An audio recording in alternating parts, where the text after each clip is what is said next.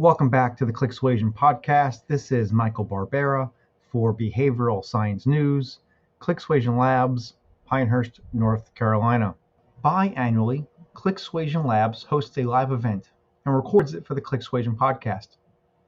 On Tuesday, November 19th, 2019, Clicksuasion Labs, in partnership with B&B Strategic Partners, DJ McSweeney, Ellis Design Group, Neptune Merch, Story Focus Media, and Golden Corral, hosted Are You Marketing by Accident? The Accidental Marketing Panel, live from Pinehurst, North Carolina. This recording was recorded on site at Delta Financial in Pinehurst, North Carolina, with 5 amazing panelists, plus 1 amazing moderator. Listen in, Accidental Marketing. Enjoy. Why is the shopping cart always in the top right of the screen? How do companies predict my purchases? And why do prices end in 9? Why do fast food companies use red and yellow in their logos? Why do restaurants always have one expensive menu item? Researchers, marketers, and very curious people seek the answers for how we make decisions and how we choose products. Clicksuasion finds the secrets that companies use and shares them with you. Why do I feel better when I bought the last remaining airline ticket? How do I make choices based on colors and fonts? All right, so now let me tell you a little bit about how this started and give thanks where thanks is due. So we do want to give a shout out to Delta Financial for allowing us to use their space, and to Matt at Golden Corral. If you've not been to Golden Corral in the past couple of years, he's done a phenomenal job cleaning things up. And if you have guests coming in for the holidays or holiday parties coming up, thinking about his catering. Always good food, always more than you can eat, and always a great price. So Matt at Golden Corral, we want to say thank you very much. And then my name is Janet Galloway, and I am from B&B Strategic Partners. This was kind of my brainchild, and let me explain to you why. Over the past year, I've put together a lot of events, and I wanted to do them with other business owners. This is why. I can bring half the people, you can bring half the people. I get introductions to your people, you get introductions to my people, and in addition to that, we get to educate the public about what we do. Every time I sat down with another business owner, I kept having the exact same conversation, and this is how it would go. All right, we have this great event. This is our title for the event. Now, who are we going to market to? Who's our target market? And I would hear silence. And I'm like, okay, all right. What problem do you solve? And these professionals would talk about the problems that they solve from their professional dialogue. For instance, I'm a financial advisor. One of the problems I solve is making sure people are taking the correct risk in their portfolios so that they can retire when they want to retire. Now, are you going out with your girlfriends drinking wine and saying, I'm not sure if my portfolio is an appropriate risk? No. My clients are saying, I want to retire, I don't know how, do you know somebody who can help me? So I kept having to have the same conversation with how do you target your clients with the problem that you solve in their words. But the problem is, I'm not a marketing expert. The people here today are marketing experts. I've learned a lot from them, and I'm excited that they are here to give their time today. So we're going to go ahead and introduce each panel member and give them the opportunity to talk to you a little bit about what they do. I'm going to start in the order that I've used them and plan to use them, quite frankly. So we're going to start with Michael Barbera. He was the first person I came to, and this is why. I was trying to figure out who my target market was. Where are they going to hang out? How am I going to find them? What do they like to do? So Michael created my avatar. Give it up for Michael.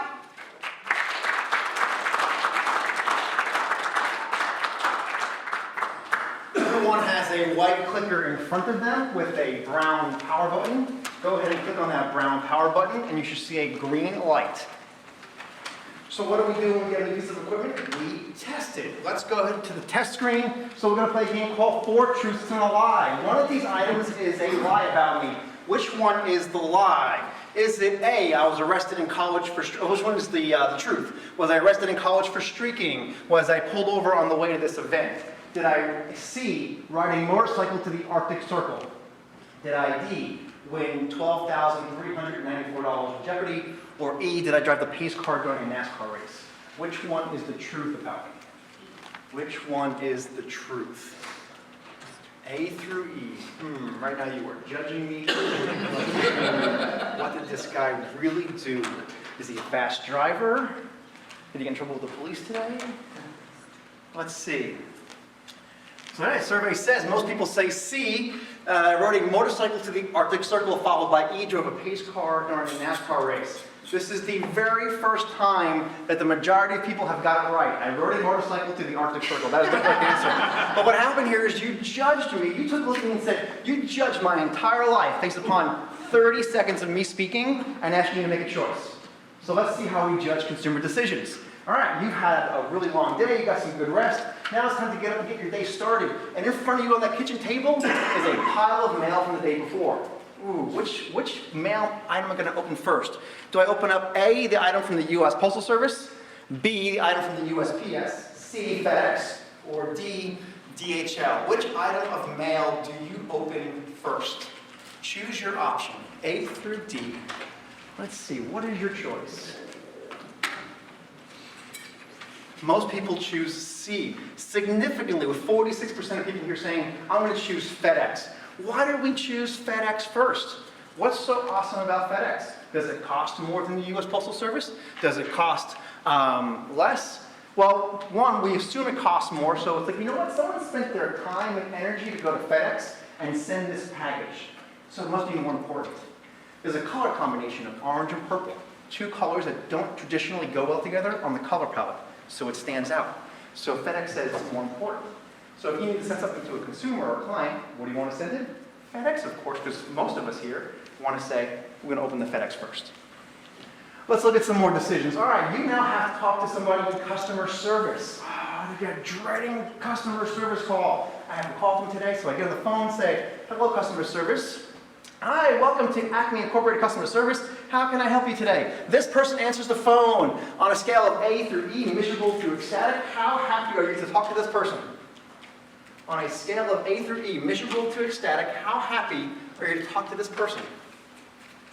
Welcome to Acme Incorporated Customer Service. How can I help you today?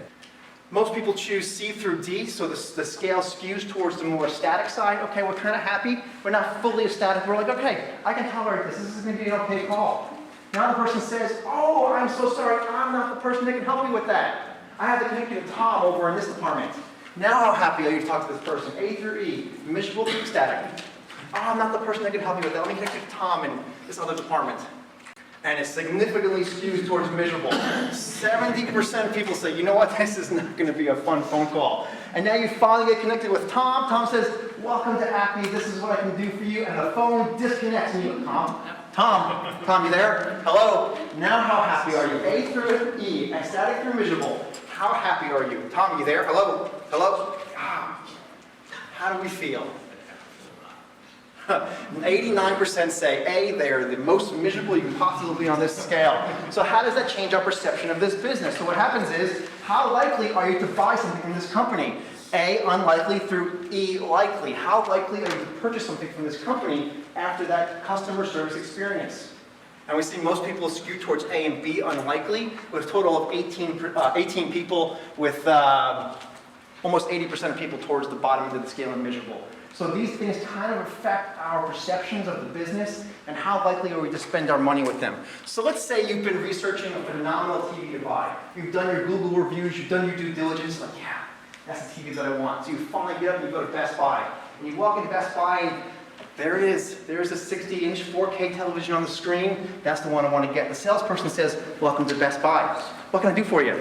I want to get that TV. Ooh, you made an excellent choice. Ooh, I'm a smart customer. I made an excellent choice. All right. But I have to be honest with you. If you go to the Best Buy that's 5 miles away, you can get that same $1,000 TV for $980, $20 off. So, who is driving 5 miles to save $20 on a $1,000 TV?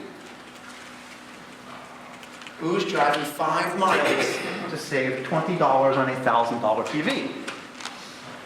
Most people are going to say, absolutely not. We've got 75% of people who are saying, I'm going to stay right where I am and just spend $1,000. Not a big deal. Okay, so now 2 weeks go by, and you're thinking, I really want this amazing DVD player to augment my television experience. So you do your Google reviews, you talk to your friends, and you finally find the DVD player that you want to buy for your home. You go back to Best Buy, and there it is. The salesperson says, welcome back. What can I do for you? I want that DVD player. Excellent choice. Ooh, again, I'm a smart customer. All right. So the salesperson says, but I have to be honest with you, if you go to the Best Buy that's 5 miles away, that $40 DVD player is $20 off for $20 total. Now, how likely are you driving 5 miles to save $20 on a $4 DVD player? And most people, 85% say, yeah, you know, I'm going to try. Why? $20 is $20 no matter which way you absolutely split it. You still have to work the same amount of hours to earn that $20. But the value of that $20 to you changes significantly, not based upon how much you worked, but the price of the item that you're buying. So I have one more example to share with you, and that is our favorite. Who likes to drink wine? Right, absolutely right. Like, oh, I've had a really rough day. I had to listen to Michael Barbera talk for 5 minutes. That's it. I need a bottle of wine for this. So you leave here and you go to your favorite grocery store, and there's 2 bottles of wine on the shelf. One costs $9 and one costs $19. Which one do you buy for yourself? The $9 or the $19? So A or B, $9 or $19. Which one do you buy for yourself? Rough day. Mike just annoyed me all day today. I had to put up with him at lunch. Which one am I going to buy? And I'm going to buy the $9 for myself. So 81% of people say, I'm going to buy the $9 bottle of wine for myself. Okay, now let's say, which one are you going to buy to go to a friend's house for dinner? Now which one are you going to buy? A or B? The $9 or the $19? You go to a friend's house for dinner, which bottle of wine do you buy? Survey says 69%, now I'm going to buy the $19 bottle of wine because we don't want to seem like a cheap friend. So it's the perception of the environment of how we engage with our products and services changes the value of what they're worth to us. All right, so now we are at the store and there's 3 bottles of wine on the shelf. They cost $9, $19, and $99. Which one are you going to buy for yourself? A, B, or C? Which one are you going to buy for yourself? Most people still choose A at 58%. So this is a self-reported study. So if this study isn't happening, more than likely what you would say is, oh, you know what? In a micro moment, in a cognitive processing decision, you're going to say, 99, that's kind of ridiculous. 19, I can afford that. That's reasonable. So the customer gets anchored into choosing the $19 bottle of wine when they would have traditionally purchased the $9. This is consumer psychology. A lot of variables are involved in how your consumers make decisions. I appreciate your time. You have been amazing. Where is Janet hiding?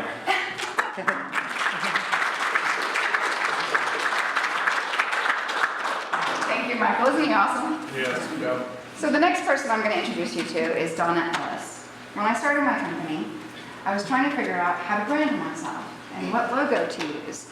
Now I know I love the beach, and I deal with a lot of people either working towards retirement or already retired. The beach is a great place, right? Yes. So I had to figure out something that was similar to the beach, but you don't really think about a financial advisor and a beach. It doesn't quite go together. So the logo that we created was just blue lines and fading. So it represents the beach to me. And then we had to come up with a tagline. So how do we differentiate ourselves from everybody else? Because we all look the same. Come on, we just do. When you look at a financial advisor, you think, okay, I know what they do. Well, working with Donna, it helped me simplify the words to use to get my message across. So what we do at B&B Strategic Partners, we simplify your financial life into one page. We coordinate with your other financial professionals, your CPAs, your attorneys, to help you achieve your financial goals. So simplify, coordinate, achieve. Those were the key words in that tagline, that whole spiel, and Donna helped me create that. So please welcome Donna Ellis.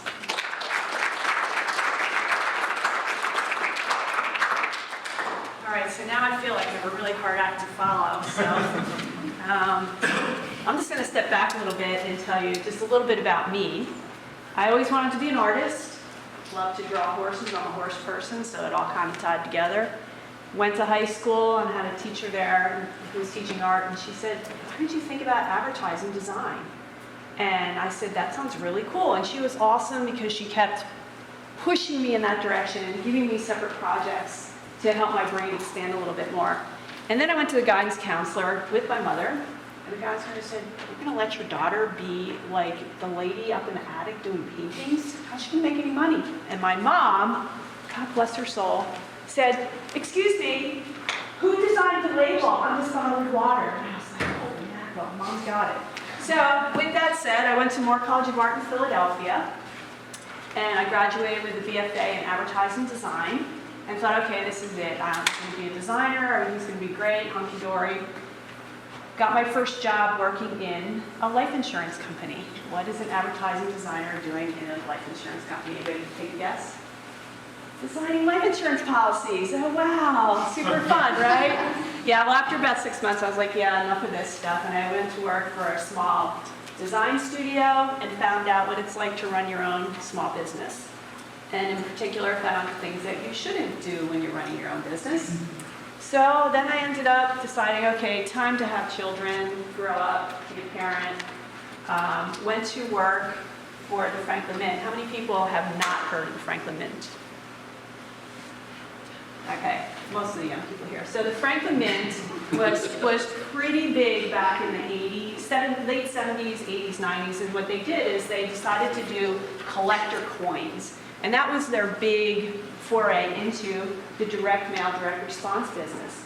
That turned into a whole collectibles company, and they sold everything from chess sets to model cars to dolls to plates, and they built a huge, I don't even know how much money, probably a multi-million-dollar business out of it. And I went to work for them as a designer and eventually became a creative director there. And I like to say that I really got my education at the Franklin Mint because they were, at the time, considered the best of the best in the direct mail industry. What it taught me is that it can't be art for art's sake. There's plenty of designers out there who are just trying to design that piece that's going to win all kinds of awards and look as best as it can possibly be. But guess what? That may not sell the product. The Franklin Mint was probably one of the pioneers of collecting data. So as they were doing their direct response, they were learning all about that person and their buying habits and their shopping habits, exactly what Mike was just talking about. So when a designer would come along and say, okay, we're going to design a chess set and it's about Civil War and it's going to have these chess pieces that are all Civil War pieces, whatever. They had data from past things that they had done and research they had done, and they knew exactly who their target audience was, how much money they were going to be willing to spend, and how to just pull on that heartstring and make them want to purchase that piece of that collectible. And so from there, then they gathered more data. And I remember working at the Mint, we had a bronze sculpture, and they actually created it as, it wasn't a pure bronze, close to, anyway, I'm getting off topic here. They couldn't decide on the price point for it. So they did what back in the day they still called it like an A/B test split, where you'll take the same product and you'll change something up about that product, whether it's in the content or the pricing, go against another one. They actually did a three-way split on that. They promoted it with slightly different text, but the main difference was the pricing on it. Which one do you think won? The lower, the middle, or the higher price? Middle. The higher one. And it was all because people's perceptions were, well, if it's this much money, then it must be real. And that really told the Franklin Mint a lot. So taking all of this information, as I'm trying to design these pieces, which were sent in the mail, they had no stores back then. You had to make it look as best and as real as it possibly would be. And you had to tell the story so that person would totally buy into this whole thing. So yeah, was I like, whatever.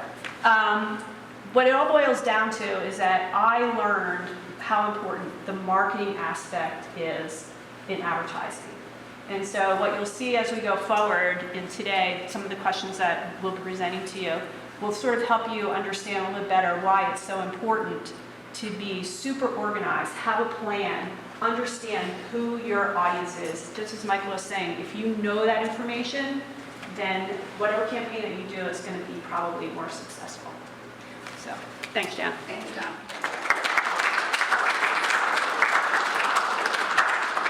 All right, so now you've passed the pop quiz with Michael, and now you know that from Donna, they're collecting data on you, so we'll be a little bit careful. So as I was creating my business, I went to Donna to create the logo. Now I have this beautiful logo, what do I do with it? Oh my gosh, an event is coming up at the Senior Enrichment Center and I can have a table for some of my target audience. Oh my goodness, the Chamber of Commerce is having a golf tournament. I can provide the bags. Where do I go? Who do I call? I need cards, I need pens, I need something that people are gonna hold in their hands. So now I'm happy to introduce you to my promo queen, Lisa Morella.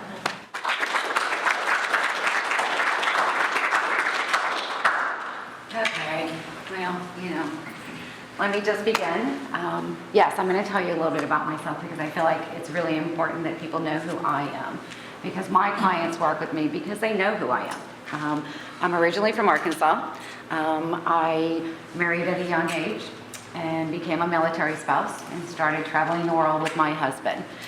Became a mother, and that became a priority. One thing that a lot of people don't know about, back when AT&T started with the big block phones and the phones that got inserted into your vehicles, I was their sales rep. The minute somebody came to me and asked me to become a sales rep to do those kind of things, I thought, there's no way in heck I'm gonna do this. The reason why I didn't feel like I was a salesperson, and I'm not a salesperson.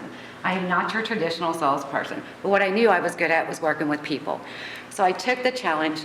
They gave me a bigger challenge. I sold the first cell phone that was the flip phone. Does anybody remember when that came out?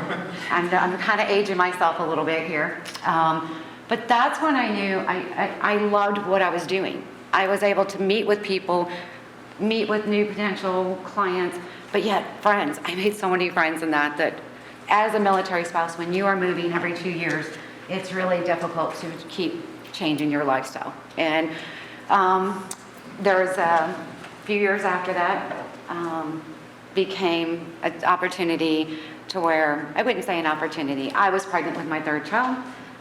Health overruled my work. So at that point, decided to become a stay-at-home mom. I did that for 16 years. Not only did I do that, but I gave up, doing the sales thing, but became working with military families. So once again, I stayed in the part of what I loved, and that was working with people. Did that for 16 years. During that time, had my fourth child. I'm a mother of 4. I have 3 grandchildren right now. My oldest is 33 years old, and she is married with 3 grandchildren. And of course, we have our son who lives in Colorado, married, no children, a daughter in college, and then our 17-year-old we still have at home raising. So let's move forward to moving here. Our son at that time, 4.5 years ago, was coming into those preteen years. I knew that I wanted to do something, didn't know what that was, and an opportunity came knocking at my door. And when that opportunity came knocking at my door, once again, I said to myself, I knew nothing about the promo world.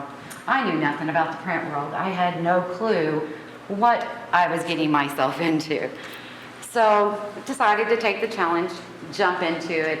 I worked from 6 a.m. till midnight every single day, learning every aspect of this business in the promotional world. Didn't do the print side yet, but really wanted to learn what it was about. Oh my gosh, the challenges that come with that, I can only imagine as a person doing this job, what it might be for you guys looking for things that you need for your businesses.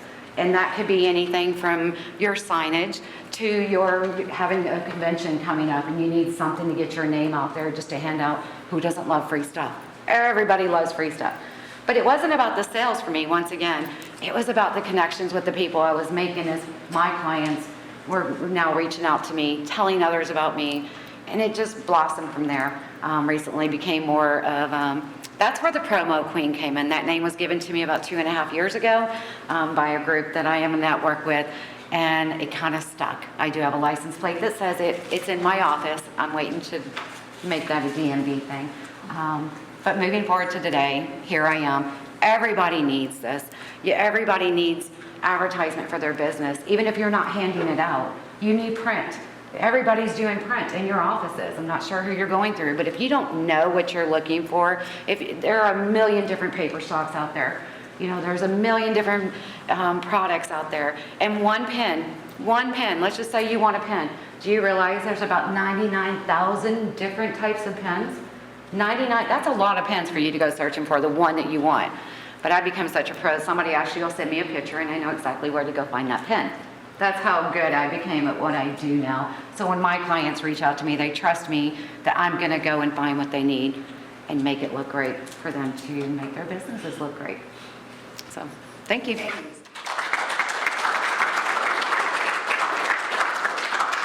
if you hate shopping like I do, she's a great resource. So the next person, so as I created my business, I now have my logo, I have some things to put in people's hands. Now I have to tell the world who I am and what I do and what makes me different. The problem is that's not my core strength. My core strength is technical analysis and financials and all the great things that I get to deal with every day. I'm not a story writer. So that's how Diane came into my life. She is great at telling your story. But is it your story, my words? Your tagline? My words. Yes. Our story, Diane's words. Diane McSweeney.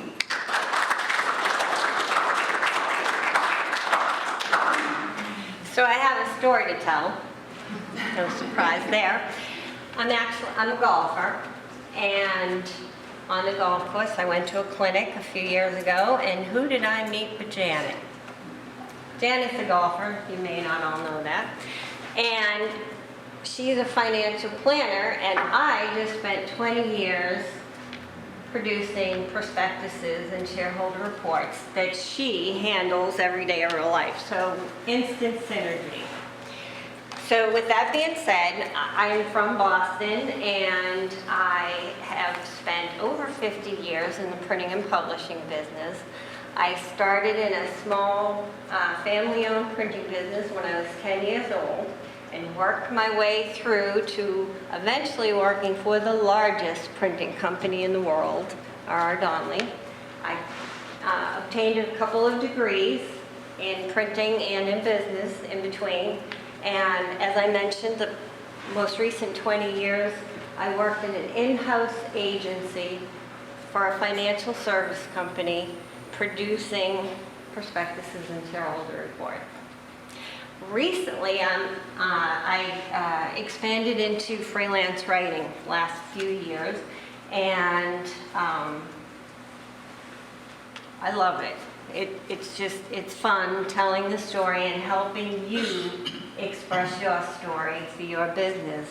And with that said, I have a few points about writing that I'd like to share that's important for copywriting. The first is you need to target your audience.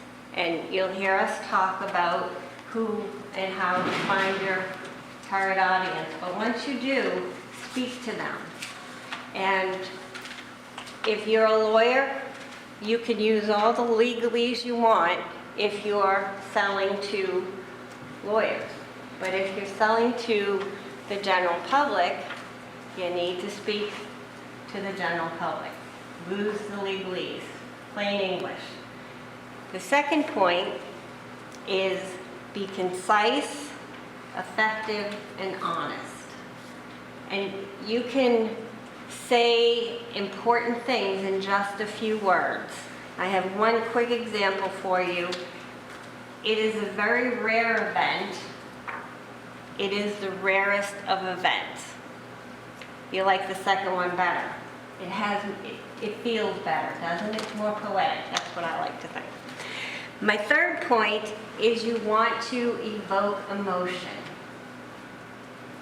At the end of the day, you can spew all the facts, you can tell people how beautiful your product is, but at the end of the day, if you touch their heart or even make them angry, they will remember that. That's what they're going to take away and remember. I have an example that I will share. It's attributed to Ernest Hemingway. It's an advertisement for sale. Baby shoes, never worn. Thank you.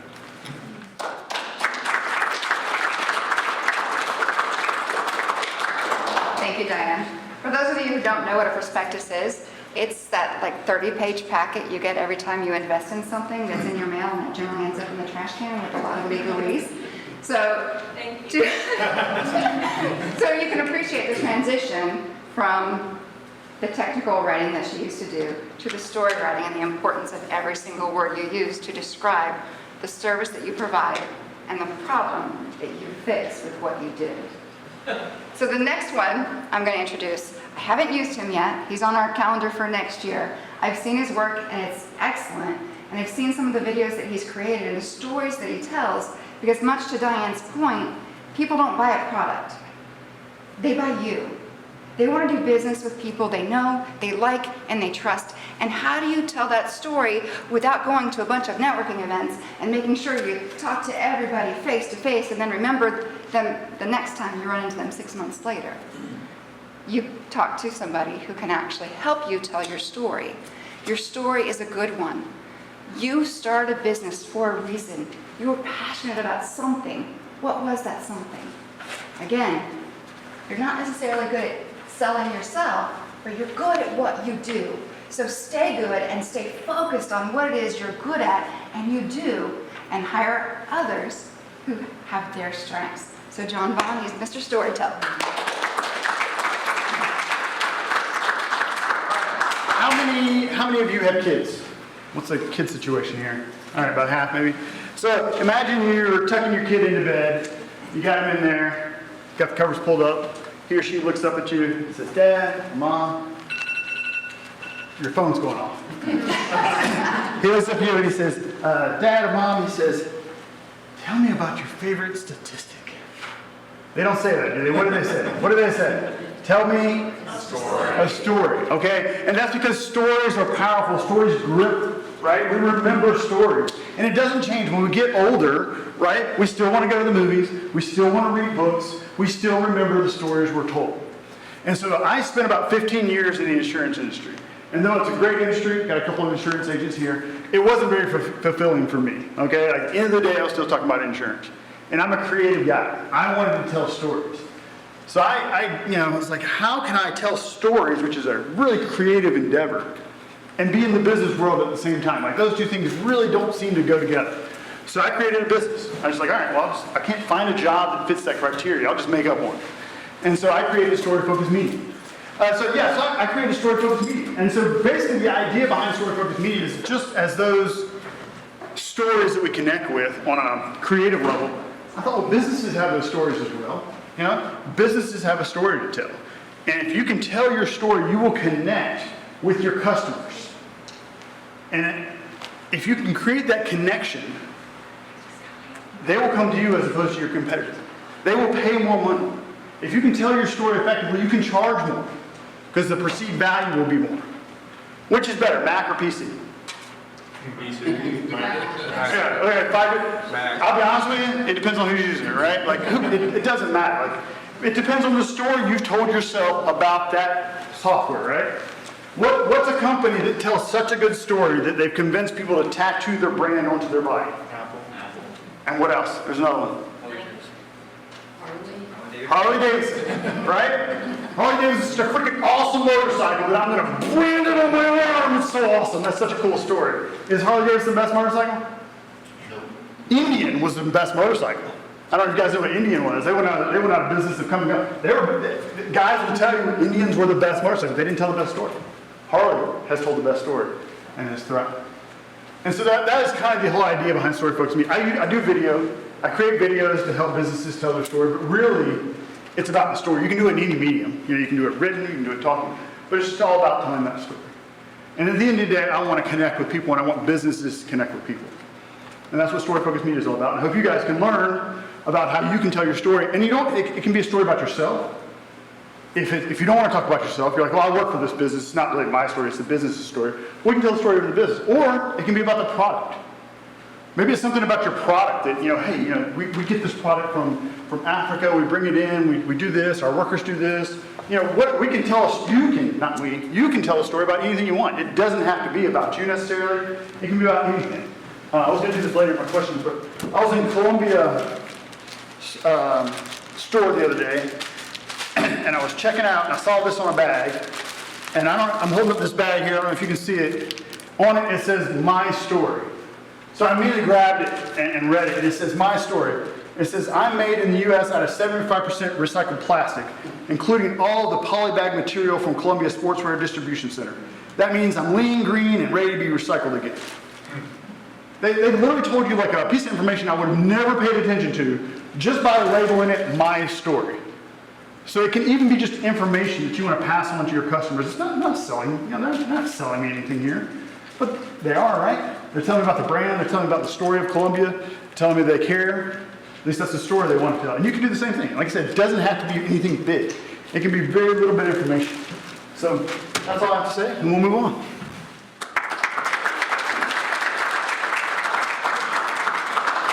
All right, John inspired me to tell you all a story. Are you ready? So you're driving to work one day, you get in the car, it's all warm because it's cold outside, you're driving down the road, all of a sudden, boom, boom, boom, boom, your car stops. You pull over the side of the road. And let me ask you a question. Would you rather be on a busy highway or an empty stretch of road? Think about that. Which one would you rather be on? Think about how many cars you've seen on the side of the road driving past on the busy highway. What's the probability one of those people's going to stop? Ah, somebody else, I got to get to work. Oh, somebody else, I got to take care of the kids. Oh, somebody else. Now, you're on that empty stretch of road. Nobody's coming by. You see one car. One car notices that other car broken down. What's the probability that one car is going to stop? It's a higher probability. I like to believe that we're nice human beings and we try to do right by people. It's a higher probability if you have one person on a deserted road coming up on a car that is empty or one person standing next to it than if you break down on a busy, busy highway. Your marketing message, do you want to be that car with people passing you by? Or do you want to be that car with people wanting to stop and help you? So with that message and that story, I'm going to invite the panel to come back up and I'm going to ask them some questions. Again, if you have questions or anything that they said sparked a question, we'll give you the opportunity to ask them as well.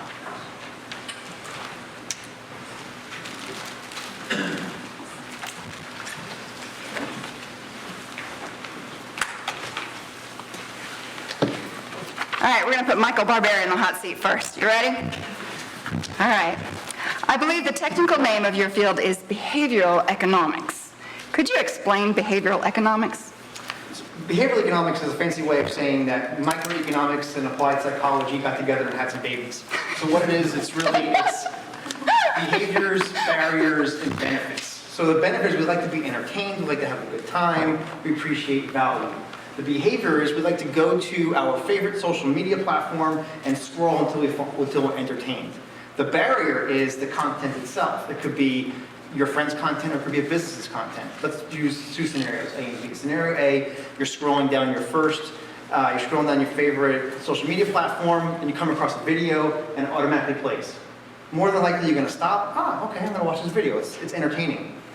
In scenario B, you're scrolling, it doesn't automatically play, but it has that little arrow play button. And that little barrier of tapping the play button on the screen, that half-inch, quarter-inch barrier will prevent your customers from engaging with your content, or people engaging with content in general doesn't be customers. So it's behaviors, barriers, and benefits. How do we get past all three? Behaviors, barriers, and benefits, and babies. Okay. Babies, yeah. This is good. Glad mine are grown. Seriously. All right. So now the next question is for Donna Ellis. Why should I get a professional for my marketing needs? Okay, so the most simple thing to say is you probably don't know what you don't know. So think about that. It's really easy in today's society because of social media and all the different marketing platforms out there to hop on your computer and try to create something. But have you really thought through all the details? As Michael was saying, what's your consumer's behavior? What are their needs? What are their fears, their wants and desires? These are all really important aspects that you should employ in your marketing. So the idea is that if you are hiring a professional, they should be doing the research, finding out who your target audience is and getting all this information together. And a lot of times when you're so close to it because it's your business, you tend to overlook that. So that's why hiring a professional to come in can really help you drill down and get to the crux of the important information that you need, not only to make it successful, but to make it worth your while from a financial perspective. Thank you, Donna. So when it's your baby, it's hard to understand and articulate what did you say? It was the needs? Needs, fears, wants, and desires. Very good. Thank you. Janet, can I just add to that? Absolutely. The whole name of this whatever class we're doing here today, panel, was marketing by accident. And that's what kind of we find that most businesses do is they market by accident. They have an idea, they start a business, 6 months of business, year into the business, they start seeing these needs that they have, and then they start trying to fill these holes, and they piece together a marketing plan, which is why we came up with this thing called marketing by accident. Whereas if you go and talk to someone like Donna, who's got this plan and knows the questions to ask, she can put you just miles ahead where you would have been, because she knows those questions that she just talked about those specific things. And so that whole idea of marketing by accident, we find that it happens to a lot of people. Good point, John. And you can find this event on social media by #ACCMarketing. All right, the next question is going to Lisa Morella. How do promotional branded materials help my business? Well, first off,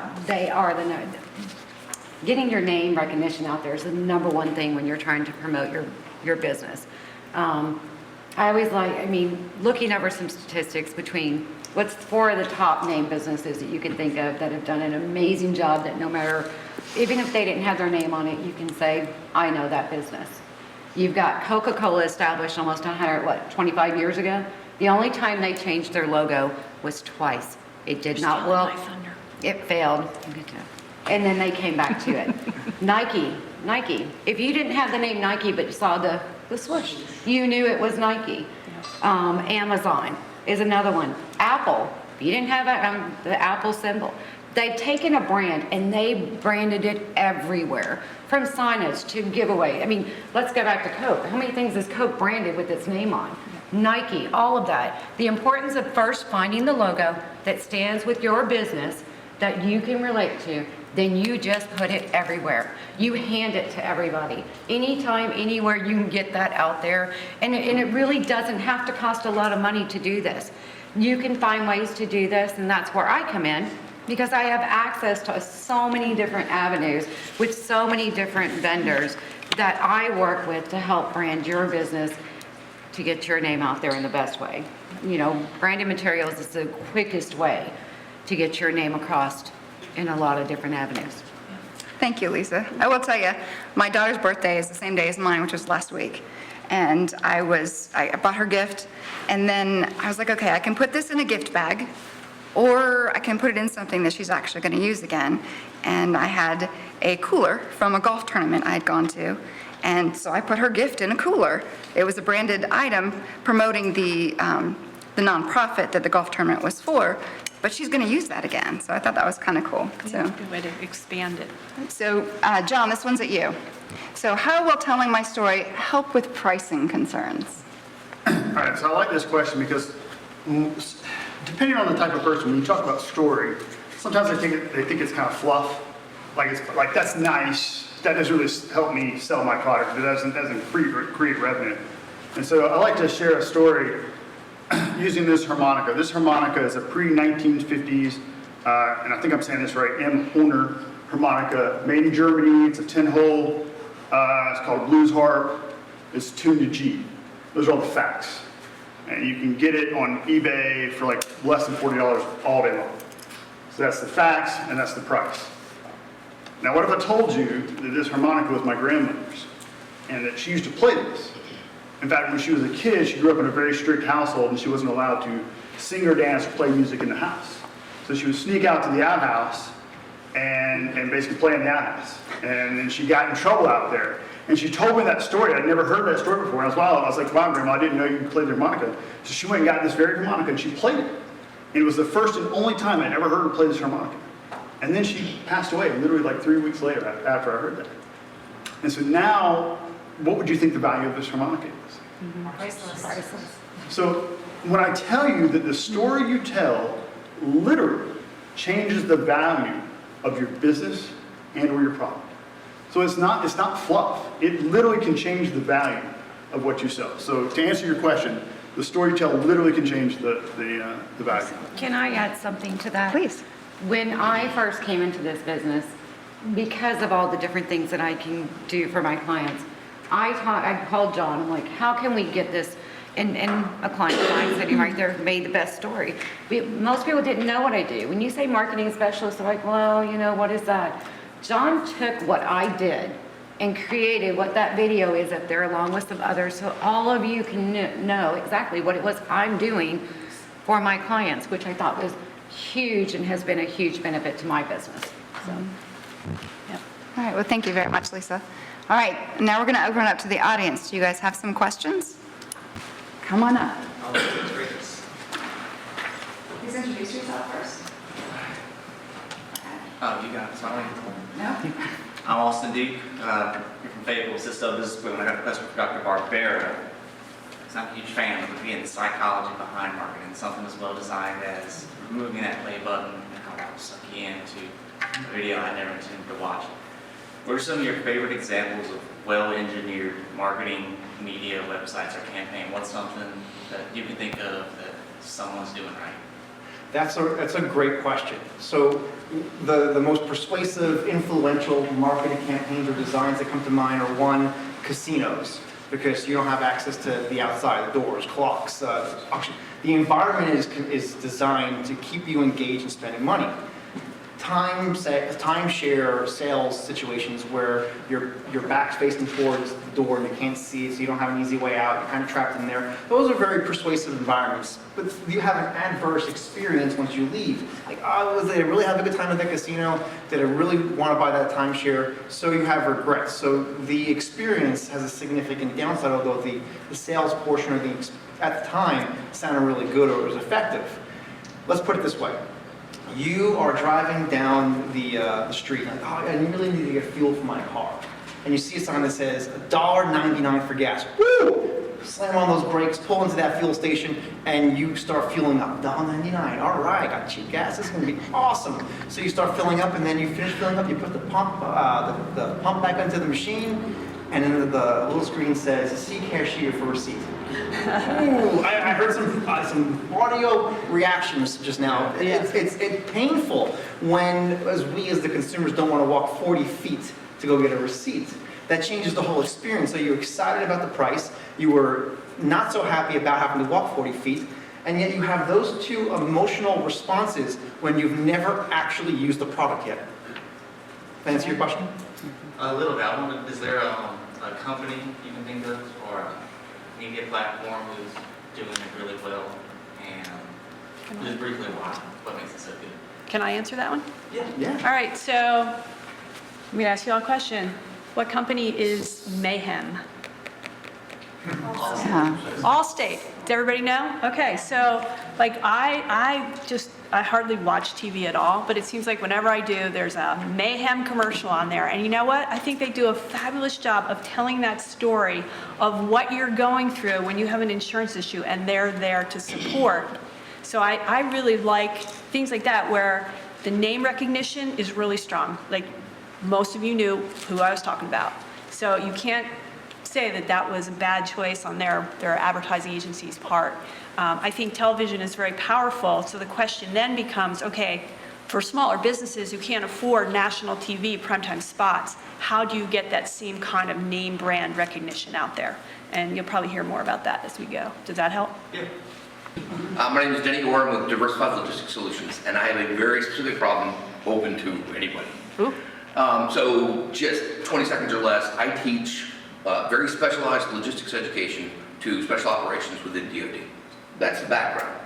So, how do I expand my marketing to effectively reach both my current target market, they already have buy-in, fully invested, and their overlords / decision makers, the people that actually sign the checks. So, both parties, logistics and operations respectively, they both have their own personalities, they both have their own language, and they both have their own decision criteria. Good question. I think all of us You came have. to the right place. I'll start us off. Since you have multiple target audiences, your messages need to be crafted for each target audience. So you can't have one marketing campaign that targets consumer A and one message, and the same message targets consumer B. It has to be two separate messages because the way that consumer A engages with your brand or perceives your brand is going to be significantly different than consumer B. If consumer B is your decision maker, what are their fears? What are their wants? What are their challenges? What do they want as an outcome? And then the messaging for A, what is their fears, challenges, wants, solutions, and outcomes? So that's how I would look at it as well. So I would break it down as small as possible. You have a funnel of decisions and variables. Find the variables that target each individual person you're working with. John, I think you had something as well. Yeah, no, the two separate messages was the first thing, so you nailed that on the head. And I would take it, I guess, a little further and maybe help one sell to the other. So in other words, if you've got a client who has to go to the decision maker, you're not getting a chance to present that message to the decision maker. So you've really got to simplify it, like Michael said, and make it palatable, make it to where they can literally take that, here's what I was given, here's the sales points on their level, and they can turn around and hand it in whatever form, email, video, whatever, so they can do it. So they don't, because, you know, you can have the best presentation in the world and it can just get slaughtered by the time it gets to this. So you've got to do that work for them. Don't leave it up to them. Don't play telephone. Yeah. Give them the message in a package, whatever that package looks like. Like I said, whether it's an email or a little package or whatever, to where they can turn and make that sale to their superiors or whoever it is. So what I'm hearing you both say is it's not necessarily two different messages, it's layers of messaging. The first person is going to have one set of concerns, whether they like it or not, and if they do, they're going to have to present it to somebody else, and that's going to be the second layer of messaging. Well, it's kind of like if some of you who are going to come in here today, you know, you might see the benefit, but your boss may not have. And so you had to go to your boss and say, look, I'm going to take this hour for lunch and I'm going to go, and the reason that's going to be profitable is I'm going to learn how to market, I'm going to increase my productivity, whatever that case may be. But you know, you had to take that to your boss. I'm not assuming one or two you might have, I don't know. So it's kind of that situation. You know, it may have been obvious to you. But what I'm saying is don't do that work for them. Because if you leave it up to them, make it easy on them. Make it really easy for them to sell it to you. Like you, Michael, when I've done a seminar with Michael before, and on that, he gave reasons why the employee should go to the seminar. You know what I'm talking about, Michael? Maybe say it a little better. Let's use this example. Let's say all of us here got together and we created this amazing new car seat for babies. This car seat didn't require yoga and stretching to get it into the car. One snap and it's done. Right? Sounds like an awesome product. Now we have to sell this car seat. So who are we going to sell it to? Moms first. That's the most common answer is moms. But the law states that you cannot leave the hospital without already owning the car seat. So now, who is the target audience? Dad.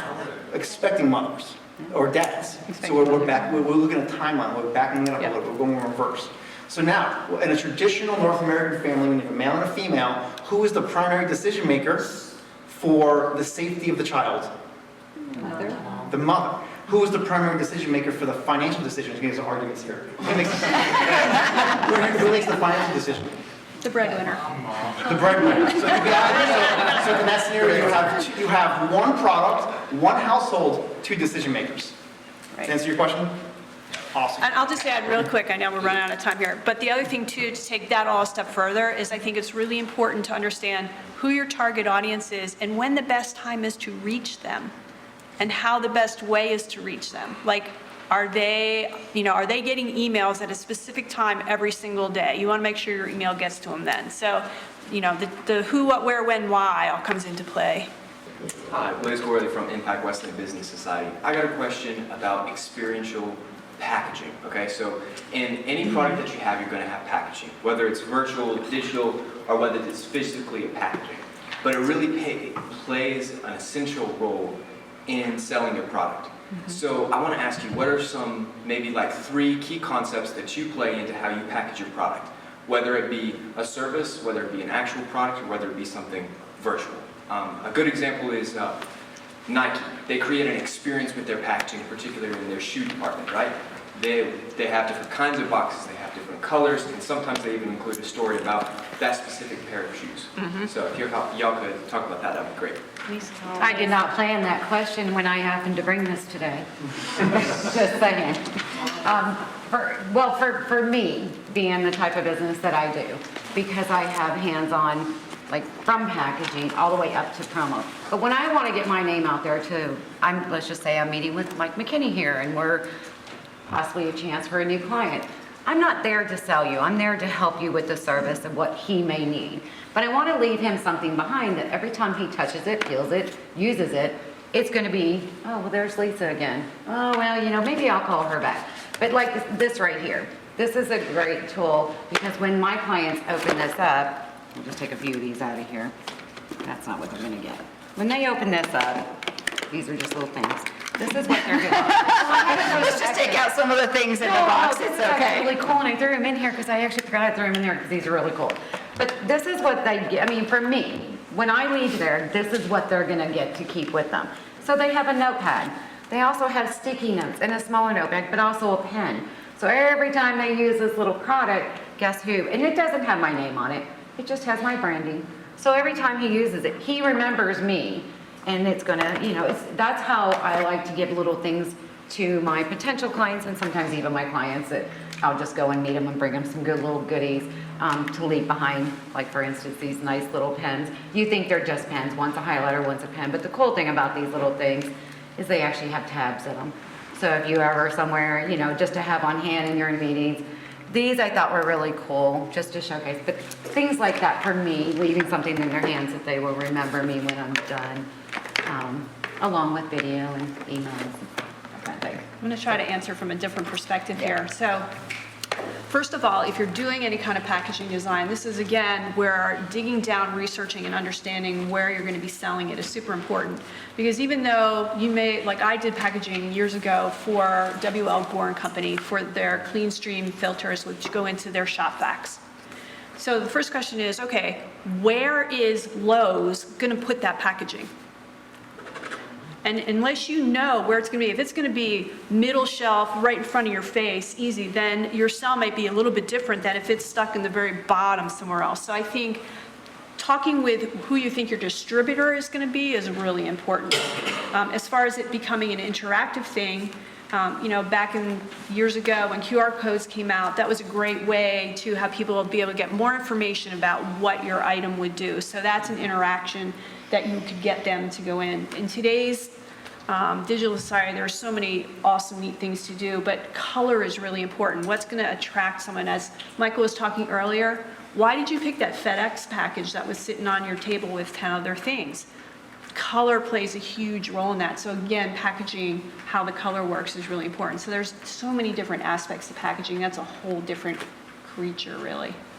Building on the harmonica from John, let's play fill in the blank. You buy your child all these amazing Christmas gifts, and what do they play with? The box. The box, Absolutely. Yep. So think about when you buy that cell phone brand new, and you're like, oh, this is amazing, got an awesome cell phone, and it has a little piece of film that applies to plastic that protects the screen. You don't want to take it off. How would you feel if someone else took that off for you? Yeah. Woo! Yeah. Fighting words. Yeah, exactly. This is why I hire the professionals. So now we're going to go back to one last round of questions. We're going to start with Michael again. Where's the disconnect between the marketer and the consumer? It's right here in the box. That's the so yes, we design things because they appease us. It's like, oh, that looks really cool to me, but we're not actually testing it with the consumer. So say, for example, you go to your any website and you see that button, like, oh, let me click that. And you click it, nothing happens. You click it again. And we've all been in that scenario, like, do something, because it looks like a button, but you keep clicking it. That's called rage clicking. How many times are your customers rage clicking on your website because they think it's going to do something, but it actually doesn't? Test everything before you do it. Even when we started to take the clickers, we tested the clickers with a joke before we actually got to the good content. Test everything. That's good. A little secret note there. I got it. I'm taking notes, Michael. I'm learning from you. All right, so next question is Donna. Why is branding such as logo, tagline, mission statement, graphic standards, and a website so important? Okay, so your logo is your foundation for your business, whether it's a service, a product, or whatever. Your logo is what's out there that everybody's seeing, and you need that to convey a message as to what type of business that you are, the quality of your business, why it's something that your customer may want to have. But the important thing about a logo is If you're at the beginning and you're trying to design one, my recommendation is don't do trendy because it's going to go out of style really fast. You want something that's going to be strong, classic, stay there for a long time. As time goes on, you can make minor modifications to it as it goes. So I'm going to go back to what Lisa said, if you all remember. What is the world's today leading branded logo that people know? Coca-Cola. Shh. Did you know that? Who said Coca-Cola over here? It's Coca-Cola. Can you put that screen up? Awesome. Awesome.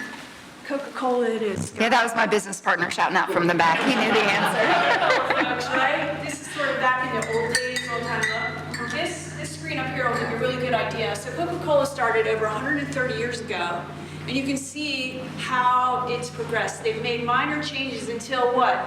1985. Anybody know why they made that huge change in 1985? New Coke. No. Why did they do New Coke? Pepsi.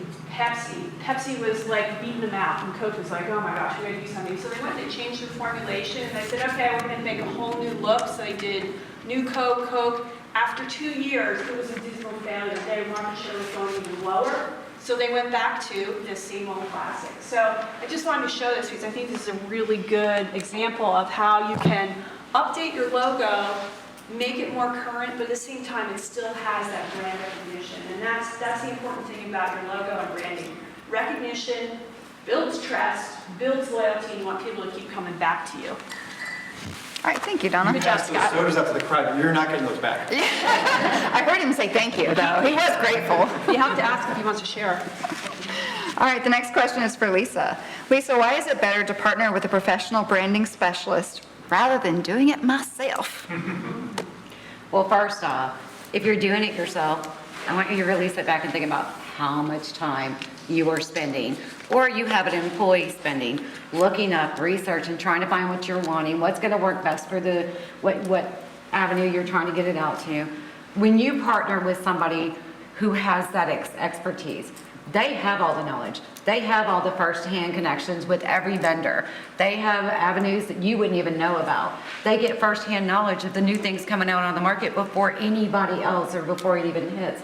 They know when things are going to be discontinued. So if you have a product that you no longer, or that you feel like you want to continue to use, guess what? It's now being taken off the list. So now we got to go back and find something new. That's where partnering with somebody does all of that work for you. You sit back, you just send an email saying, hey, Lisa, we're looking, or whoever you're working with, we're looking for this. Can you help us with that? Well, that's when that person goes and does all the legwork for you. You freed up your time, you freed up your employees' time to now go focus on things that are more important for your business. I am going to tell a quick story. About 6 months ago, more like 7 now, anybody ever purchased thumb drives? Branded thumb drives? Okay. Well, I bet you most of you didn't know about 7 months ago, those thumb drives that are being sold were actually bad. So they were not good. The current ones that were going out, they had a huge problem with them coming in from overseas. But we got firsthand knowledge with emails updating us, do not sell these to your clients because they are no good. We will update you when to proceed for moving forward with these. That was huge benefit to my clients who, interesting enough, about 3 days later, get a phone call of a client who wants to do personalized thumb drives. No, you don't. We're going to hold off on this. Let's move to the next product on your list until we get confirmation that this product is good. So that's the kind of thing that working with somebody who has that knowledge really can benefit your business. So you're not wasting time and you're not wasting money on something that's not going to be any good. So what's the highest and best use of your time, effort, and energy in your company? Thank you, Lisa. All right, next one. Diane, you ready? I am. All right. Why can't I write copy for my website myself? So to dovetail on what Lisa just said, if you have the time, go for it. And I would also say that you know your product or service best, so why not? And you're passionate about it, and you have all the facts. Diane, you're making my case. I could do it myself. However, to the points I made earlier, you may struggle with being concise, speaking directly to the audience you need to speak to, and the storyteller's have a gift for injecting the emotion. So I do recommend, you could certainly draft your copy, but at the end of the day, you're going to want an editor, copywriter, to edit it and bring it to that concise and find the best words to tell your story. And I'd like to just add on to that too. I think it's really important, we talked about it earlier, when you're writing copy about something that you are so passionate about, you tend to forget who your audience is. You may know the words, you may know the legalese, but it's got to be dumbed down. I always like to say, when I advertise to people, I try to do it at a kindergarten level. That's a hard thing to do when you're writing it yourself, when you're passionate about it and you know it. So having a copywriter do it for you, they're going to dig and be able to explain what you know at that lower level for your consumer. That's a really good point. Have you ever tried to follow an instruction manual that was written by somebody who knows the product? Oh, forget it. And not step by step? Wait a minute, it says click this button, but where's the button? Yeah, exactly. So telling your story and having the professionals who actually know how to craft the story Right. when that's not in your necessarily expertise. Okay, And I so- will add to that because, I mean, I am one of the people who has used Diane. And she's amazing at what she does. I'm good at what I do. But she could take my good and turn it great in the words that she puts it out there for me and how I'm promoting my business out there to my potential clients. So. All right, thank you, Lisa. All right, so this next question actually gets to one of the reasons we're here today, and the challenge that I saw is we are all facing as business owners. All right, John, you get the big one. You ready? All right. All right. My product is for everyone. So how do I focus on just one single group? So if you're marketing to everyone, you're marketing to no one. And that's not my saying, that's just kind of a saying in general.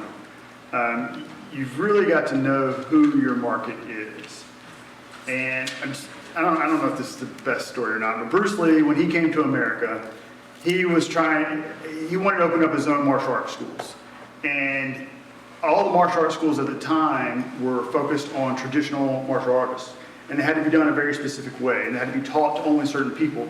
So Asians could only teach Asians, white people could only teach white people. It's just the way it was. And so Bruce Lee was like, no, I don't want to do that. So he went to this famous martial arts convention out in California, and he asked for a few moments, and he went up and he said, I want to challenge one of the best martial arts out there. You know, do I have a volunteer? So of course, one of these traditionalist guys raised his hand, just itching for the challenge to get there. So he got out there and stood in front of Bruce Lee, and Bruce Lee stood 6 feet away from him. And he said, and he told him what he was going to do. I'm going to reach out, I'm going to tap you on the forehead, and you just try to stop me. And so the guy's like, I got this, you know, I'm going to be able to, you're telling me what you're going to do, I'm going to be able to do it. So Bruce Lee, lightning fast, reached out, thumped him on the forehead, and just embarrassed him in front of everybody. The reason I bring this up is, was this traditional martial artist Bruce Lee's audience? Was that his customer? No, because he just embarrassed the crap out of him, right? But all these people out in the audience who wanted to move away from that traditional style, who wanted someone to write, he just gained them as customers. And so that was how smart he was. He knew who his audience was. It wasn't these traditional guys. He was never going to change their minds, is what I'm trying to say. And that's, when I look at sales, I don't necessarily want to change people's minds. I want to find people who already want to tell a story, who have that kind of passion. And I just want to convince them that I'm the guy to help them do that. And so that's my philosophy when it comes to finding your customer. Try to find those people that already really want you, that already want to be in your tribe, and then try to figure out who they are. And it takes some dedication, it takes some work. You've got to look at the data, say who's buying my product, who really enjoys my product, and then figure out who that was, and then focus on those people. Don't try to sell to everybody. Yeah. Thank you very much, John. So we've kept you captive for about an hour now, so I just have a couple more thank yous to do. I do want to thank my business partner standing over there in the back. Wave for everybody. All right, that's Robbie Spivey. We met randomly, and he's been very, very patient as I... Hold me off course. We did meet on the golf course. He's been very patient as we create these events, and we try to educate the people we work with and work for about services that not only we offer, but everybody offers. So thanks, Robbie, appreciate it.